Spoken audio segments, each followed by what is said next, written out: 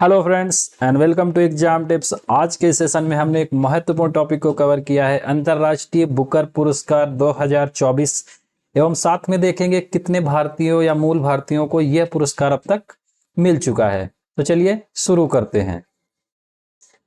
हाल ही में अंतर्राष्ट्रीय बुकर पुरस्कार 2024 जेनी एर्पेनबेक द्वारा लिखित और माइकल हॉफमैन द्वारा अनुवादित कैरोस को प्रदान किया गया है।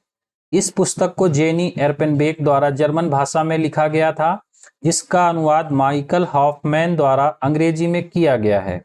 यह पुस्तक वर्ष 1900 के दशक में पूर्वी बर्लिन में 19 वर्ष की एक युवती और 50 वर्ष की आयु के एक विवाहित पुरुष के बीच की जटिल प्रेम कहानी पर आधारित है। यह पुस्तक बताती है कि किस प्रकार उनका प्रेम उस युग के उथल पुथल भरे समय का प्रतीक था। चलते हैं अगली स्लाइड में। यह पुरस्कार प्रतिवर्ष विश्व भर से अंग्रेजी में अनुवादित सर्वश्रेष्ठ कथा साहित्य के लिए दिया जाता है। इस पुरस्कार की शुरुआत वर्ष 2005 में मैन बुकर अंतर्राष्ट्रीय पुरस्कार के रूप में हुई थी।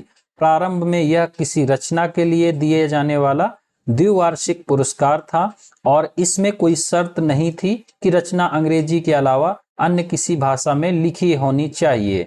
इस पुरस्कार का उद्देश्य दुनिया भर में गुणवत्तापूर्ण उपन्यासों को पढ़ने के लिए और अधिक प्रोत्साहित करना है। अंग्रेजी में प्रकाशित या आम तौर पर अंग्रेजी अनुवाद में उपलब्ध रचना के लिए किसी भी देश का लेखक इसके लिए पात्र होगा। पुरस्कार राशि: इस पुरस्कार में 50,000 पाउंड या 64,000 अमेरिकी डॉलर की धनराशि दी जाती है, जिसे लेखक और अनुवादक के बीच समान रूप से साझा किया जाता है। शॉर्ट लिस्ट किए गए लेखकों और अनुवादकों में से प्रत्येक को सांत्वना स्वरूप 2500 पाउंड दिए जाते हैं। अन्य महत्वपूर्ण तथ्य समझ लेते हैं। बुकर पुरस्कार जीतने वाले भारतीय मूल के पहले व्यक्ति वीएस नायपाल थे, जिनकी रचना का नाम इन अ फ्री स्टेट था। बुकर पुरस्कार वर्ष 2008 में द व्हाइट टाइगर के लिए अरविंद अडिगा को दिया गया था। इसके अलावा गीतांजलि श्री उपन्यास के गीतांजलि श्री को रेत की समाधि के लिए इंटरनेशनल बुकर प्राइज से 2022 से सम्मानित किया गया था। रेत समाधि का अंग्रेजी में अनुवाद डेजी रॉकवेल द्वारा किया गया, जिसे अंग्रेजी में टॉम ऑफ सैंड कहा गया।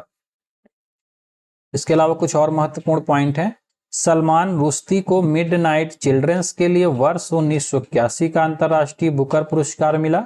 अरुंधति राय को the God of small things के लिए वर्ष 1997 का अंतर्राष्ट्रीय बुकर पुरस्कार मिला और किरण देसाई को द इनहेरिटेंस लॉस के लिए वर्ष 2006 का अंतर्राष्ट्रीय बुकर पुरस्कार मिला है। तो उम्मीद है क्वेश्चन आपको समझ में आए होंगे। पूरा सेशन आपको अच्छे से पसंद आया होगा। लाइक से सब्सक्राइब कीजिए। धन्यवाद।